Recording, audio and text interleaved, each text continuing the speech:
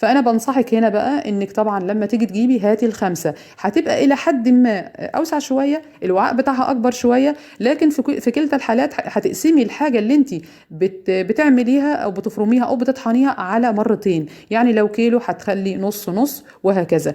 انا جبتها من على جوميا ب 550. بس سمعت من ناس تانية انها بتتباع في المحلات عادي جدا ب 500. فطبعا لو قدرت تحصليها بالسعر ده والمواصفات اللي احنا بنتكلم عنها دي وخدي بالك منها، يبقى كويس جدا. ان شاء الله يعني هنعمل بيها وصفات كتير، يعني هفكركم بان انا عملت ريفيو عنها قبل كده علشان تبقوا عارفينها. وان شاء الله تكون عند حسن ظننا بقى في الاستخدام. هي الى حد ما كل مواصفاتها دلوقتي كده كويسة ومش بطالة.